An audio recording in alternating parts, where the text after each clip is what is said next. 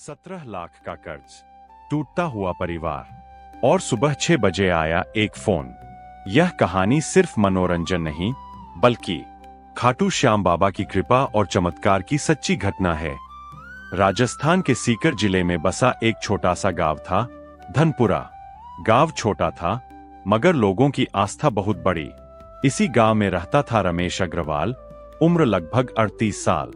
साधारण चेहरा, आंखों में थकान और दिल में एक ऐसा बोझ जो हर रात उसे चैन से सोने नहीं देता था। रमेश कपड़े की छोटी सी दुकान चलाता था। कभी यही दुकान उसकी शान हुआ करती थी, लेकिन पिछले 3 सालों से हालात बिगड़ते ही जा रहे थे। कोरोना के बाद व्यापार चौपट, उधार बढ़ता गया और देखते देखते उस पर 17 लाख रुपए का कर्ज चढ़ गया। बैंक का लोन, रिश्तेदारों का उधार, साहूकार की धमकी, सब एक साथ। घर में पत्नी सीमा थी, जो बाहर से मजबूत दिखती थी लेकिन रात को तकिए में मुंह छुपाकर रोती थी। 2 छोटे बच्चे, जो अपने पापा से कुछ नहीं पूछते थे, बस चुपचाप सब समझ जाते थे। एक रात साहूकार घर आकर बोला, रमेश जी, अगले महीने पैसे नहीं मिले तो दुकान लिखवा लूंगा। उस रात रमेश पहली बार टूट गया। उसी रात रमेश छत पर बैठा था। आसमान में तारे थे, मगर उसकी जिंदगी में अंधेरा। तभी पड़ोसी हरिशंकर जी ऊपर आए। उन्होंने रमेश की हालत देखी और बोले, बेटा, इतना मत घबरा। जब सब रास्ते बंद हो जाए, तब एक रास्ता ऊपर से खुलता है।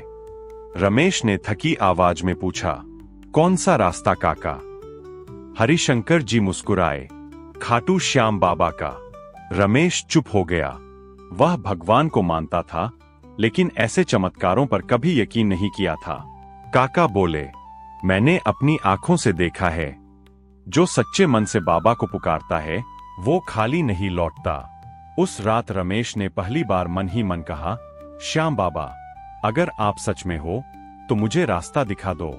अगले रविवार रमेश बिना किसी को बताए साइकिल से खाटू धाम निकल पड़ा। जेब में बस 120 रुपए थे। मंदिर के बाहर भीड़ थी। हारे का सहारा, बाबा श्याम हमारा के जयकारे गूंज रहे थे। जब रमेश ने पहली बार श्याम बाबा के दर्शन किए, तो न जाने क्यों उसकी आंखों से आंसू बहने लगे। वह कुछ बोल नहीं पाया, बस हाथ जोड़कर खड़ा रहा। दिल से सिर्फ एक आवाज निकली, बाबा, मैं हार गया हूं। वह खाली हाथ लौटा, लेकिन मन में एक अजीब सी शांति थी। 3 दिन बाद एक रात रमेश ने सपना देखा। उसने देखा, वह एक सुनसान रास्ते पर खड़ा है। सामने से एक घुड़सवार आता है, नीले वस्त्रों में, चेहरे पर तेज, हाथ में धनुष। घुड़सवार बोला, रमेश, डर मत। जो तेरा है, वो तुझे मिलेगा।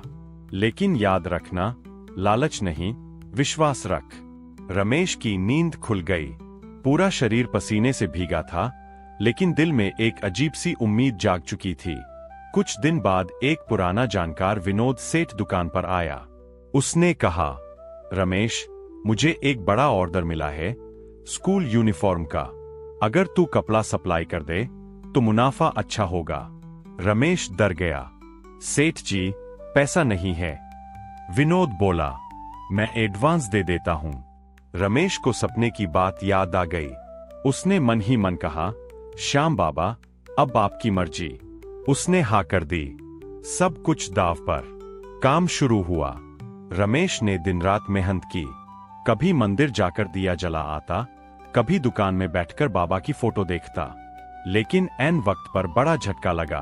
कपड़े की कीमत बढ़ गई, ट्रांसपोर्ट रुक गया और विनोद सेठ ने कहा, अगर टाइम पर माल नहीं मिला तो ऑर्डर कैंसिल। रमेश की हालत खराब हो गई। अब नुकसान हुआ तो वह पूरी तरह बर्बाद हो जाता। उस रात उसने खाटू श्याम बाबा की फोटो के सामने बैठकर कहा, बाबा, अगर यह मेरी परीक्षा है तो मैं तैयार हूं, लेकिन मेरे बच्चों का भविष्य मत छीनना। अगले दिन सुबह 6 बजे फोन बजा। फोन के दूसरी तरफ से आवाज आई, क्या आप रमेश अग्रवाल बोल रहे हैं? वह बोला, हाँ, मैं जयपुर शिक्षा समिति से बोल रहा हूं। हमें आपके काम के बारे में पता चला है। हमें 5 स्कूलों के लिए यूनिफॉर्म चाहिए, तुरंत। रमेश को यकीन नहीं हुआ।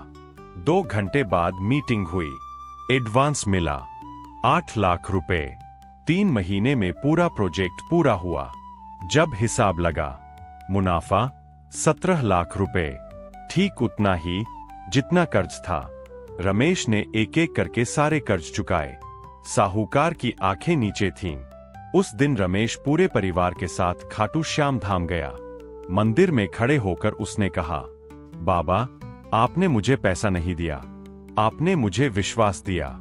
आज रमेश करोड़पति नहीं है, लेकिन सुखी, शांत और सच्चा भक्त है।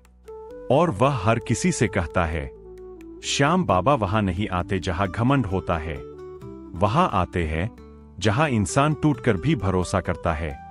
यह कोई मनगढ़ंत कहानी नहीं, बल्कि सच्ची श्रद्धा, विश्वास और बाबा की कृपा की कथा है।